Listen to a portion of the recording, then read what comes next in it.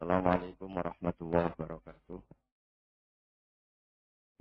Bismillahirrahmanirrahim. Allahumma shalli wa sallim ala nabiyyina habibina Muhammadin sallallahu alaihi wasallam wa ala alihi washabihi ajmain amma ba'du. Semua yang kami hormati, ada Pak Rektor, ada Rektor Senior, Pak Arsoyo, ya teman-teman direktur, dosen semua yang saya hormati. Tadi katanya mau naik kelas ya. Kalau naik kelas dari rumah saya niatkan mari mengkaji diroyah. Diroyah itu melogikakan riwayat. Jadi misalnya kita sering dengar Rasulullah Shallallahu Alaihi Wasallam sering ngendikan kalian masuk surga itu bukan hanya berdasar amal, tapi berdasar anugerah Allah Subhanahu wa Ta'ala. Oke, kita sepakat amal kita, perilaku kita, ibadah kita, andaikan dikompensasi dengan nikmat yang Allah berikan, tentu tidak seimbang. Untuk membayar itu saja sudah lunas. Jadi Anda semua tidak berhak masuk apa? Surga. Sehingga di beberapa riwayat dijelaskan ada orang yang 500 tahun ibadah, nggak pernah maksiat. Ditanya sama Allah, kamu masuk surga karena apa? Karena ibadah saya ya Allah. Ya sudah, surga kamu 500 tahun saja, karena ibadah kamu 500 tahun. Ini cerita umur-umur orang dulu. Ya Allah, katanya surga engkau ini selamanya.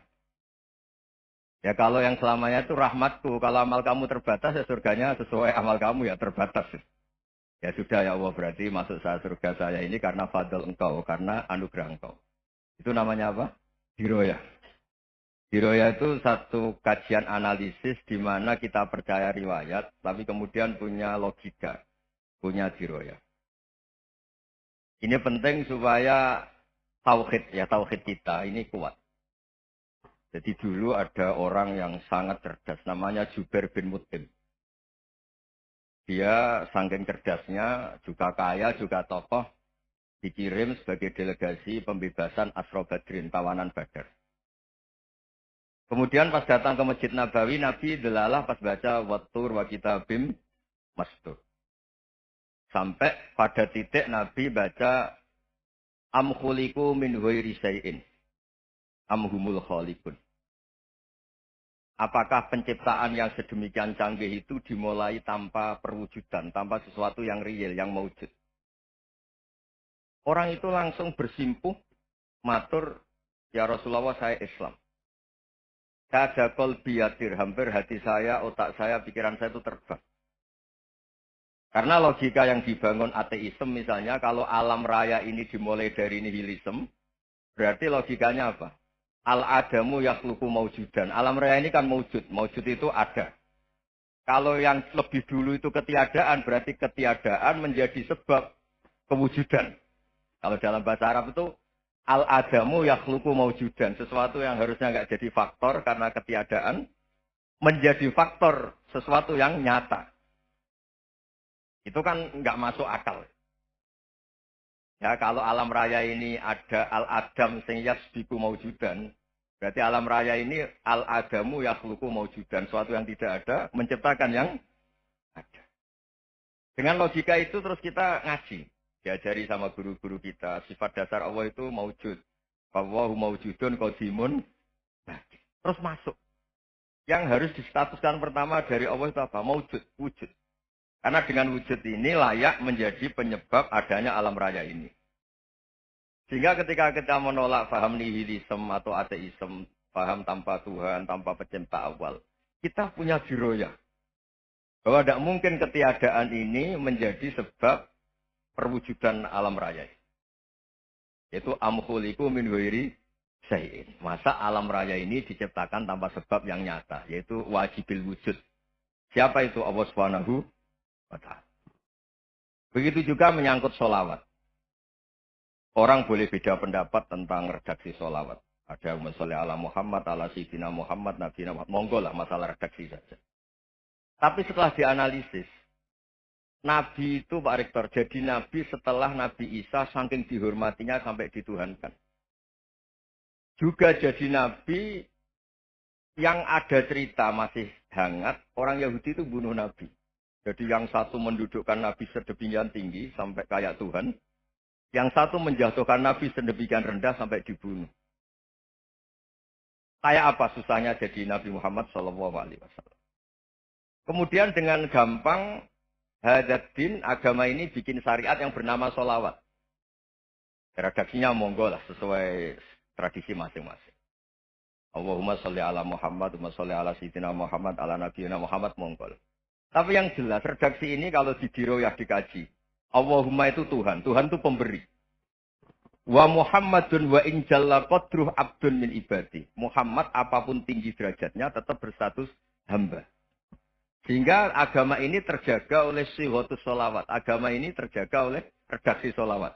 Yaitu Allah tetap pemberi sebagai Tuhan yang enggak tersaingi. La syarikalah. Rasulullah Muhammad wa in jalla qadruh. Apapun prestasinya bisa mi'raj, bisa apa saja. Tetap seorang hamba yang butuh muhtajun ila rahmatik. Jika redaksi Allahumma sholli ala Muhammad ini mengukuhkan yang Tuhan tetap Tuhan, hamba pilihan tetap hamba pilihan. Tentu dengan redaksi ini kemudian kita mendudukkan Nabi benar-benar posisi terhormat. Yaitu orang yang paling berhak dapat askat tahiyat. Mendapat penghormatan Allah paling tinggi. Yaitu Rasulullah Muhammad SAW. Dan itu diulang-ulang oleh Allah. Subhanalladzi asra bi'abdi. Status hamba ini diulang. Lagi-lagi ini bernama diroyah. Bernama apa? Contoh ketiga misalnya fihi ayatum bayinatum maqamu Ibrahim. Dulu orang Yahudi itu ada diskusi masif. Syaratnya Nabi itu mbah-mbahnya harus Nabi. Harus keturunan Nabi. Kemudian semua Nabi rata-rata di Palestina, di Syam. Lalu Muhammadnya asal-usulnya dari mana? Tahu-tahu orang Arab kok Nabi. Padahal orang Arab itu dulu jahiliyah. Walhasil terus diceritakan bukti Muhammad ini turunan Ibrahim adalah ada jejak kaki Nabi Ibrahim di dekat apa? Ka'bah. Fihi ayatum bayinatum maqamu Ibrahim. Kalau Nabi Ibrahim pernah di Mekah, artinya beliau pernah meninggalkan turunan yang di Mekah. Itu bernama Nabi Muhammadun Sallallahu Alaihi Wasallam. Itu disebut fihi ayatum bayinatum maqamu Ibrahim. Nah itu namanya diroyah. Diroyah itu satu perilaku keseharian kita beragama, kemudian tahu logikanya. Yang keempat misalnya, mangkana yu'minu billahi wal yaumil akhir fal yukrim apa? Jaro. Orang yang iman karena Allah dan Rasul, maka memuliakan tetangganya. Andai kan pakai hukum sosial, tentu kalau tetangga kita baik, kita baik. Kalau kurang baik, kok kurang penggawean kan gitu. Tapi dulu itu pernah ada seorang ulama itu dibully ya, dikerjain sama anak muda tetangganya. Pak Kiai datang ke rumah saya. Orang ini datang. Kemudian setelah di rumahnya, saya tidak jadi butuh sama Pak Kiai, silahkan pulang. Itu Kiainya senyum menikmati. Dan itu terulang 3 kali. Dibully seperti itu, dikerjain terulang 3 kali. Lalu tetap Kiainya tuh asik, seneng sekali.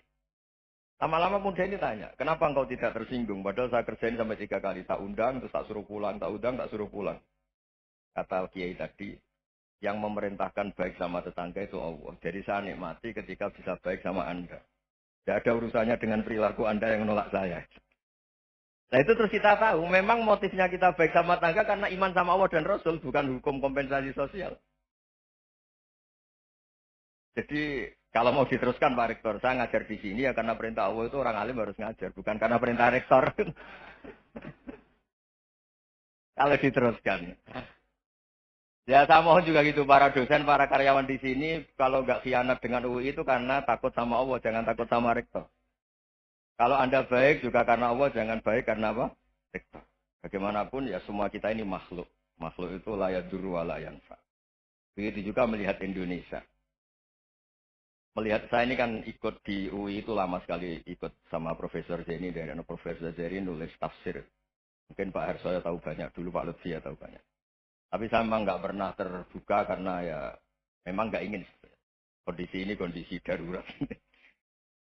Sehingga saya tahu cara berpikir Profesor Zaini, ya tahu komitmen beliau pada UI. Dan pendiri UI memang ya banyak yang dari tokoh NU, Muhammadiyah, dari tokoh-tokoh ormas yang lain. Memang didirikan banyak orang. Sehingga UI memang nggak milik ormas apa tertentu. Dari satu sisi memang baik, nggak dikuasai ormas tertentu. Tapi nanti kalau keterusan ya nggak berbentuk. Ya sudah lah dikelola saja. Sambil-sambil jelas, sambil-sambil kadang nggak jelas. Yang penting ikhlas saja. Karena kalau terlalu asobia itu jadi repot. Kita ini yang nekuni fikih itu tahu. Kalau udah kuno itu mazhabnya Hanafi. Kuno itu mazhabnya Syafi'i. Tahu-tahu seakan-akan Imam Syafi'i itu NU, Imam Abu Hanifah itu Muhammadiyah. Padahal ini orang-orang yang sebelum NU dan apa? Muhammadiyah. Jadi kalau kita yang nekuni ilmu itu biasa saja dengan perbedaan. Tapi kalau orang-orang yang nggak siap dengan perbedaan itu sampai Allah disifati Ta'ala itu tidak terima. Padahal Ta'ala itu maknanya Maha Luhur, yang Maha Agung. Jadi ada seorang kiai kebetulan pidato pertama Pak Rektor. Assalamualaikum warahmatullahi ta'ala wabarakatuh. Ilmu balik kedua ini nggak terima karena itu dianggap bid'ah ada Ta'ala. Hanya dia bilang Assalamualaikum warahmatullahi ta'ala wabarakatuh. Itu saking asobiahnya itu Allah ditambahi Ta'ala itu tidak terima. Padahal Ta'ala itu maknanya Maha Agung. Nah itu kan jadi repot kalau asobiah gitu. Kalau kita ngadepi perbedaan itu biasa saja. Karena kita mungkin bacanya banyak, lihat hal-hal seperti itu ya biasa. Karena dulu itu perbedaan itu urusan sudut pandang. Ya saya ulang lagi, perbedaan itu sudut. Allah yang Tuhan saja sering didebat sama nabi-nabinya. Karena urusan sudut pandang apa? Saya beri contoh. Suatu saat Khalilur Rahman Ibrahim itu saatnya meninggal sama Allah, Israel disuruh. Israel itu Ibrahim saatnya meninggal, ambil nyawanya. Setelah datang ke Ibrahim, ya Khalilur Rahman Ibrahim, saya disuruh nyapu nyawa Anda. Itu Israel dipaksa mikir sama Ibrahim. Hal ra'aita khalilan yumitu khalilah. Kamu tahu, orang yang mencintai kemudian bunuh yang dicintai. Itu logika agak benar. Akhirnya Israel kan nggak biasa debat. Kan nggak dilatih debat. Nggak pernah ikut lomba UI debat ilmiah. Dia taunya nyambut nyawa aja. Kembali ke Allah. Ya Allah, kata Ibrahim, hal ra'aita khalilan yumitu khalilah. Masa kekasih bunuh yang dicintai ya. Tapi kata Allah santai. Bilang ke Ibrahim, hal ra'aita habiban yakrahu ayyalqa habibah. Masa katanya dia cinta saya, kemudian ketemu saya tidak berani. Israel mater lagi. Logikanya gini, Ibrahim, masa yang dicintai sama yang ketemu yang dicintai nggak berani. Ya udah ketemu aja. Katanya yang meninggal itu. Artinya, kamu bisa saja GR tidak mati-mati karena merasa dicintai. Atau ingin mati karena mencintai. Nah, maksud saya, dalam hal-hal seperti ini orang UI pasti gak jelas. Katanya cinta Allah suruh mati ya gak mau. Gak jelas kan? Dibilang gak cinta juga gak mau. Tapi dibilang cinta kalau ukurannya mati juga gak mau. Nah, tapi dalam banyak hal gak jelas itu penting, Pak. Penting sekali. Buatan guyon. Saya beri contoh sekian ilmiah. Gak jelas itu penting. Rasulullah Shallallahu Alaihi Wasallam itu dalam banyak hal itu disuruh Allah, memang disuruh supaya ngambil sikap seperti itu. Karena Allah itu punya otoritas penuh untuk bikin orang itu baik atau tidak baik. Wahsy itu yang membunuh Sayyid Hamzah, orang paling dicintai Nabi di antara yang dicintai Nabi. Qatalahu Wahsyun, dibunuh oleh Wahsy. Nabi secara basarnya itu nggak suka sama Wahsy. Sampai cara lahir ya ingin corong Jawa ingin masuk nol. Tapi apa kata Allah? Laisa laka minal amri syai'un aw yatuba alaihim aw yu'adziba. Itu tidak wilayah kamu Muhammad. Malah Wahsy dikasih tobat sama Allah. Khalid bin Walid. Itu perang Uhud kalah. Itu karena ide brilian Khalid bin Walid. Pas itu masih panglima kafir. Itu pura-pura kalah. Ghanimah dilepas, sahabat turun, pasukannya naik. Walhasil orang Islam kalah. Khalid bin Walid akhirnya juga masuk Islam. Orang yang secara basariah Nabi itu nggak siap. Kebalikannya juga ada. Sa'labah itu orang sampai sempat gelar hamamatul masjid. Ini pas ngaji mesti ingat. Salah. Dia di masjid terus. Setiap habis salam tuh lari. Karena istrinya Nyun Sewu masih berpakaian yang tidak pantas. Kenapa engkau terburu-buru pulang? Pakaian yang dipakai istri saya sekarang saya pakai. Ya pakaian sarung itu kayak Pak Rektor kan fleksibel. Ini khusus mau Ramadan. Tidak akan sarungan terus. Gak usah khawatir. Jadi ini tadi sudah perjanjian. Saya yang kiai celananan, beliau yang rektor pakai sarung. Jadi, ya. Supaya itu barter madhab. Tapi hanya sekali ini aja, bukan. Jadi jangan diharapkan ini jadi tontonan terus-menerus. Dan ini barter madhab. Saya sama Profesor Kores juga sering gitu. Saya pakai sarung yang dihadiahi beliau pakai sarung yang dihadiahi saya. Memang itu tradisi Islam. Tahadau tahabu. Kamu saling memberi hadiah, maka kamu saling mencintai. Bukan riswah, bukan. Walhasil terus Sa'labah ini buat saya didoakan Nabi supaya saya kaya, supaya tidak sering ganti-ganti pakaian seperti ini sama istri saya. Jangan-jangan kamu miskin itu lebih baik. Ngotot minta didoakan. Didoain Nabi kaya, selama-lama ninggal sholat, ninggal jamaah. Itu Allah belum tersinggung. Yang mulai Allah tersinggung itu kan saya sering fatwa di mana-mana, sering memberi saran. Mumpung kamu miskin itu sering sedekah. Karena kalau sudah kaya itu tidak bisa. Saya memberi analogi gini. Kalau saya masih santri miskin, punya uang 100.000, diminta guru saya 50 tak kasihkan. Padahal itu 50%. Punya 2 kambing kurus, diminta guru saya 1 pasti tak kasihkan. Padahal itu 50%. Jadi kalau punya sapi Brahman atau sapi limusin yang harganya itu 100 juta, punya 2, diminta 1 boleh enggak? Enggak boleh. Saya punya motor butut 2, diminta teman saya 1 boleh. Tapi kalau Davidson Harley itu enggak boleh. Nah, walhasil itu kalau kita miskin, misalnya kita zaman kuliah atau zaman mondok atau zaman apa saja, punya uang 100.000, naksir temannya sampai 50.000 kan biasa. Tapi setelah 1 miliar, berani nggak kamu kasihkan 500 juta? Sama-sama 50%. Enggak kan? Nah Sa'labah gitu, ketika zakat masih per 40 kambing, 1 kambing, itu sebenarnya kan masih ringan. 41, 82. Kambingnya itu sudah mabenal jabalen. Barang dihitung zakat karena sudah ribuan, jumlahnya sampai 400 kambing. Banyak lah pokoknya. Terus kata Sa'labah, ini pemerasan. Karena jumlahnya besar. Allah tersinggung karena nabinya dianggap narik zakat itu dianggap khoros, dianggap pemeras. Allah tersinggung kemudian fa'aqobahum nifakon fi qulubihim ila yaumil. Dia ditegur munafik. Semenjak itu terus kembali gak jelas tadi. Barkohnya gak jelas itu menjadi orang itu bijak. Ini sekarang nakal, jangan-jangan nanti jadi orang baik. Yang sekarang baik, jangan-jangan suatu saat jadi tidak baik. Semua orang introspeksi. Gak ada jaminan kalau kita sekarang baik akan baik terus. Gak ada jaminan kalau kita sekarang buruk akan buruk terus. Sehingga terus banyak kiai-kiai bijak itu memang lahirnya gak tegas. Tapi gak tegas itu yang menjadikan bijak. Karena sama-sama mungkin. Itu yang disebut laisa laka minal amri syai'un aw yatuba alihi mau yu'adzibun. Itu tidak wilayah kamu. Ketika Allah mengomentari orang munafik juga wa yu'adzibal munafiqina insya'a aw yatub. Bisa saja ada yang disiksa, bisa saja ada yang dikasih tobat. Karena pola yang kita analisis itu semuanya menurut kita. Bukan menurut kemaslahatan orang apa. Saya punya sekian contoh cerita. Orang yang sowan kiai baik-baik, mungkin bawa gula atau salam jambla, tidak tahu lah. Sudah mesti jadi wali.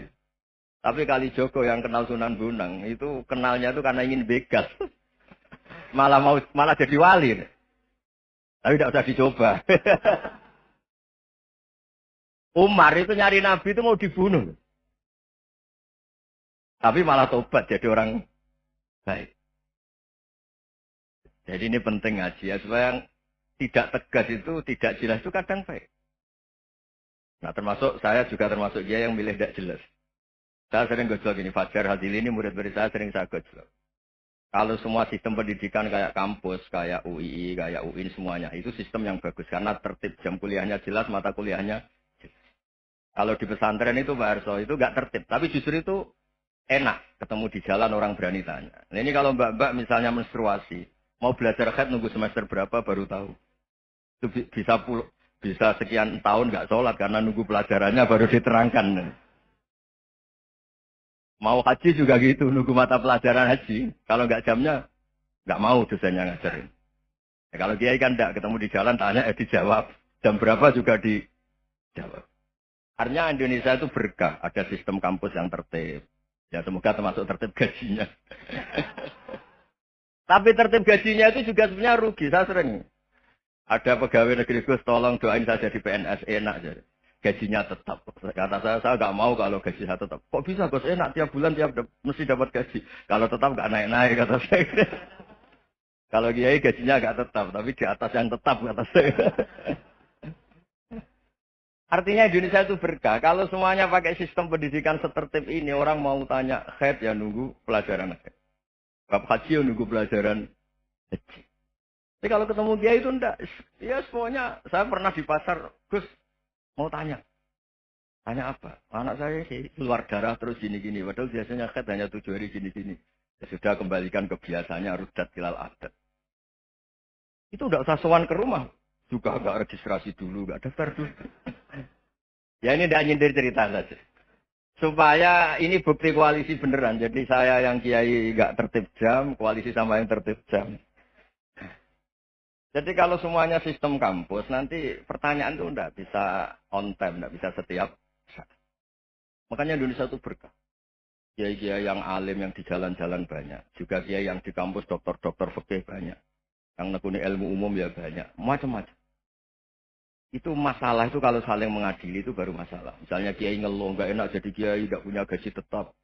Yang dosen ngeluh, nggak dicium tangannya. Karena memang unik Indonesia itu.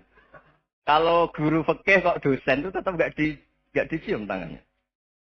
Karena pikirannya anak-anak itu sudah bayar suruh nyium. Itu kayak di alam sadar tuh gitu. Kalau kiai itu kan anak-anak gak bayar itu. Ya opanya cium tangan itu. Makanya kalau kiai-kiai tidak keramat bisa mati karena cium tangannya itu bisa mati itu kiainya. Ya ini cerita supaya saling menghormati apa saling. Jadi kalau makanya itu pakar-pakar akhlak ya, pakar-pakar etika peradaban. Itu tertampar betul ketika Nabi urusan ilmu itu mengabaikan itu kalau sudah urusan ilmu. Misalnya begini, ada urusan ilmu. Ada mbak-mbak cantik atau ibu-ibu cantik. Itu dalam Islam itu diajarkan jangan sopan-sopan banget. Kata Nabi, karena kekuatan ilmu itu di atas kekuatan akhlak, di atas kekuatan adab. Ya nisa an-nabi lastunna ka ahadim minan nisa. Ini taqaitunna fala takhdu'na bil qaul. Fayatma alladhi fi qalbihi maradun. Misalnya ada mbak-mbak cantik, menarik. Kemudian sopan misalnya sama Pak Fajar sama dosen-dosen. Monggo binara. Wah itu bahaya pikirannya kemana-mana. Orang yang imannya pas-pasan, wih berarti mau. Maksud saya kalau cantik, menarik ketemu di jalan, biarin aja dosennya. Mau kemana, biarin aja. Gak usah dihormatin. Kalau dihormatin, Pak mau kemana sadarian mau bisa bahaya. Kita biarin aja. Kalau tanya, Dek ini alamatnya mana? Cari sendiri Pak. Karena hanya dengan cara itu, si Pak dosen ini gak kepikiran. Gak ada orang suka, orang kedus itu gak akan. Tinggal sudah cantik, sopan. Wah bisa pikirannya macam-macam. Itu ilmu. Fala takhdu'na bil qaul. Kamu jangan terlalu lirih kalau ngomong. Fayat ma'alladzi fi qalbi maradun. Orang yang pikirannya masih kotor pasti berpikir yang negatif. Anda mungkin demi sopan sama dosen Anda. Tapi sejauh mana dosen Anda juga berpikir positif. Itu kan uji iman sama uji nyali. Nah, sama pejabat yang sopan sama kiai mungkin punya Alphard, punya Robicon, punya terus bawa uang banyak. Terus sama kiai cium tangan hormat. Jangan-jangan kiainya yang pikirannya macam-macam. Ini berarti bisa jadi muhibbin potensial misalnya. Nah, saya ini termasuk kiai yang pengagum ilmu. Sehingga saya sama orang yang medit, yang kikir sama saya itu saya senangnya bukan main. Kenapa? Karena kalau orang medit itu gak berhak nuntut. Tapi kalau orang lomo 1 juta minta surga, 2 juta ya minta apa? Surga. Gus, salam template. 200.000 aja kadang minta surga. Tapi kalau yang kikir-kikir ya sudah salaman tok sudah. Gak minta apa-apa. Kan dia tahu diri. Enggak bayar kok minta. Maksud saya Islam itu luas. Dinikmati saja Pak. Dinikmati. Nah itu diroya. Maksudnya itu diroya. Diroya itu kamu tahu aturan Islam itu kamu harus yakin khairihi wa syarrihi minallah. Semua itu ujian. Tapi kemudian dikaji. Makanya saya ini termasuk pengagum Imam Syafi'i. Imam Syafi'i itu dikasih tahu. Ada orang yang di depan engkau cium tangan hormat tuh di luar ngomong-ngomong. Ngata-ngatain Anda. Imam Syafi'i tertawa-tawa sewenang. Tuh, Anda ini dikata-katain di luar kok. Kok tidak kamu anggap munafik malah tertawa. Berarti saya wibawa. Di depan saya agak berani. Dianggap penting saja. Dibilangin. Sebagian orang kampung sini nggak suka sama engkau. Baguslah, tidak akan pinjam uang sama saya. Di mana-mana orang pinjam minta tolong itu karena seneng. Kalau benci kan enggak. Intinya dianggap enteng saja. Yang terjadi di dunia itu semuanya dianggap enteng saja. Man asa ilaika faqat atlakoka. Yang berburuk sama kamu itu membebaskan kamu. Coba kalau akrab, titip. Ya misalnya akrab sama Pak Fajar. Bilangkan ke Pak Rektor, sangkap tuh jadi guru tetap atau apa kan ribet. Kalau tidak cocok kan nggak minta apa. Makanya hati-hati Pak Rektor sama yang akrab-akrab itu. Itu dulu saya juga nggak paham. Di antara wasiat Bapak yang sering diulang-ulang tuh itu. Suatu saat kamu jadi kiai, ngelola orang nggak seneng tuh gampang. Sudah, situ orang lain. Tapi kalau ngelola orang seneng tuh repot. Mintanya aneh-aneh. 100.000 aja minta surga. Hanya teman tenis saja minta naik jabatan. Intinya itu ya sudahlah dikelola. Yang seneng ya berkah, mungkin teman berjuang, teman diskusi. Yang nggak seneng ya berkah, karena ini tidak minta macam-macam, enggak. Nah itu namanya jiroya. Jiroya itu satu kajian keilmuan yang menjadikan kita ini nyaman dengan riwayat-riwayat panduan-panduan dari Rasulullah Shallallahu Alaihi Wasallam kayak tadi. Kenapa sih tentang baik sama tetangga, baik sama tamu? Hitung-hitungannya tuh mangkana yu'minu billahi wal yaumil. Saya pernah dicium sama orang miskin yang akut, miskin betul. Itu tak ajarin, Anda ini lebih hebat ketimbang orang-orang kaya. Misalnya gini, misalnya ada komunitas rektor atau kiai besar. Saya ini kata orang banyak termasuk kiai besar. Mungkin kalau pinjam uang itu karena mau beli mobil, aksesoris mobil, karena kita kiai tok, atau rektor, atau orang-orang tok. Kalau sesama orang miskin itu pinjem-pinjemannya itu urusan beras, itu urusan nyawa. Tren mana? Menyelamatkan nyawa sama aksesoris mobil. Nyawa. Jadi pahala kamu pasti lebih besar. Itu senengnya jadi orang miskin terus keterusan sampai sekarang. Itu. Lo coba kalau menteri sama menteri, rektor sama rektor, kira-kira pinjamannya apa Pak Arso? Kan kalau mau beli mobil atau mau umroh VIP, pokoknya yang keren-keren. Kalau orang miskin pinjam kan apa? Makan kan? Beras kan? Makanya kalau yang sedang miskin monggo lah kalau ingin ruspan. Maksud saya Islam tuh seenak itu. Islam tuh segampang itu. Sudahlah yang sedang miskin ya keren. Karena sekali sosial tuh urusannya apa? Nyawa. Tapi kalau miskin semua ya Indonesia bisa tutup kan. Ya sudah yang kaya-kaya itu saya mengatakan Indonesia karena bayar pajak yang menjadikan Indonesia berjalan. Tapi ya dipakai yang benar. Nah, begitu seterusnya. Ada kiai miskin cerita ke kita. Terus enak jenengan alim, terus punya santri banyak, bisa ngajar di mana-mana. Saya bilang, hebat kamu. Dia hidup di daerah tertinggal. Itu yang diajarkan kan hanya tauhid. Kan nggak mungkin bisa tertinggal baca fikih perbandingan mazhab. Kan nggak mungkin. Kalau yang kayak Pak Fajar, Pak Sajali kan nggak mungkin. Fikih perbandingan apa? Mazhab. Menyorot mazhab dunia. Gaya engke-engke itu kan nggak mungkin. Tapi pertanyaannya, yang menyelamatkan masuk surga itu tauhid apa perbandingan mazhab? Tauhid. Ini hanya mengajarkan fardu kifayah sunat-sunat. Ini Anda mengajarkan fardu ain. Surganya dulu kamu. Oh terus senangnya jadi kayak gitu. Karena yang diajarkan apa?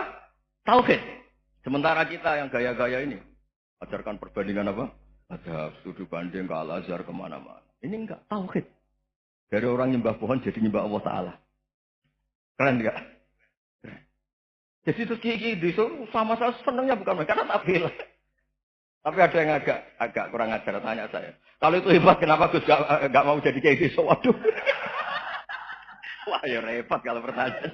Terus tak jawab, kalau saya jadi kayak gitu, kamu ngangsu ilmu dari mana coba? Ya dari jenengan, ya kalau sama gobloknya ada bisa. Ya sudah, Gus aja yang jadi kayak besar. Maksud saya, ya sudahlah kita begini seperti yang saya ajarkan di sini, saya sarankan. Supaya orang itu tahu. Ini namanya diroyah. Apa? Makanya kata Imam Ghazali itu kalau kamu ingin sopan gampang melihat anak kecil, gua aqallu minni dzamban, dia dosanya lebih kecil. Karena masih kecil kan tentu secara dosa enggak banyak. Kalau melihat orang yang tua, gua aktsaru minni ibadatan, dia tentu ibadahnya lebih banyak karena umurnya lebih banyak. Sehingga terus semua orang lain tuh di depan kita itu hebat. Ya semua orang lain sama misalnya Pak ini rektor, Fathul Wahid rektor. Tanggung jawabnya lebih banyak. Berarti pahalanya lebih banyak. Tapi sama, ketika melihat Nyon Sewu, melihat pegawainya yang secara lahir di bawahnya, ini tanggung jawabnya nggak banyak. Pasti salahnya juga enggak. Itu yang diajarkan Rasulullah Shallallahu Alaihi Wasallam. Sehingga enak. Tapi kalau kita melihat orang lain selalu salahnya, itu pecundang. Allah saja tidak seperti itu kan. Amal baik ya ada khairan, amal buruk ya ada saron. Semuanya dilihat oleh Allah Subhanahu wa Ta'ala. Saya itu punya teman Gus, agak beling, agak seenaknya. Dulu miskin. Wah itu seenaknya betul. Kayak kenal Tuhan. Tak tanya. Kenapa kamu seenaknya? Satu bulan tuh labanya bisa 200 juta sampai 500. Sampai 1 miliar. Saya itu Gus. Setelah duha itu perkembangannya bagus. Setelah duha itu. Saya pernah miskin kan kata apa? Ingkana rezeki sama apa? Wa ingkana qalilan ya kalau sama fa'anzilu terus wa ingkana qalilan fakasirhu kalau sedikit perbanyak. Ini trennya sudah benar semua. Nah, wa ingkana apa? Ya haroman fatohiru. Kalau haram yang kau sucikan. Makanya saya seenaknya kalau qalilan sudah fakasiru paling trennya yang enggak benar juga fatohiru kata Mas. Ya yakin kalau yang enggak benar-benar sudah disucikan Allah karena yang lain-lain sudah dari miskin sudah kaya, qalilan sudah fakasiru. Paling yang haroman juga sudah fatohiru gitu. Tak tanya. Lah kamu kok tahu? Polanya sudah ada Gus karena sang qalilan. Kamu sembrono sama Tuhan kok begitu kan. Tapi apapun itu seneng saya. Seneng saya sering salah teh, makanya saya mohon yang sekarang miskin sedang miskin itu ya tidak usah nyesal banget-banget. Kalau ingin kaya monggo lah, namanya orang juga ingin. Ya, tapi Anda harus bangga. Sosial antar kalian adalah urusan nyawa dan itu pahalanya luar biasa. Supaya kita, nah yang kaya-kaya juga boleh GR lah karena pembayar pajak. Dan itu bisa menyelamatkan apa? Indonesia Raya. Begitu seterusnya. Itu yang diajarkan Nabi antawadhu hatta la yabghiya ahadun ala ahadin. Kamu semua harus tawadhu sehingga antar kalian tidak saling apa? Tidak sopan, tidak saling liar, tidak saling mendolimi. Termasuk tadi sikap gak jelas tadi. Orang dolim yang sekarang dolim bisa saja tobat. Yang sekarang soleh bisa saja nanti. Semuanya itu mungkin. Kita diajari ya muqallibal qulub tsabbit qalbi ala dini. Jadi keliru kalau kita dalam banyak hal harus tegas nggak mesti. Al halalu bayyinun wal haramu bayyinun. Tapi ada wa bainahuma umurun mustabihat. Ada yang wilayahnya itu abu-abu. Misalnya ada perempuan cantik misalnya contoh paling gampang. Kalau kamu ajari secara serius kamu bisa saja tergoda jadi fitnah. Jadi kalau orang soleh nggak berani ngajarin kemudian digunakan orang fasik malah menjadi orang nakal kita juga tanggung jawab. Kamu mau tegas gimana? Wilayahnya sama-sama mungkin. Wilayahnya sama-sama mungkin. Yang dekat pejabat mungkin terkontaminasi KKN. Tapi kalau pejabat nggak dekati orang soleh, punya perilaku yang nggak soleh, yang repot juga Indonesia kan?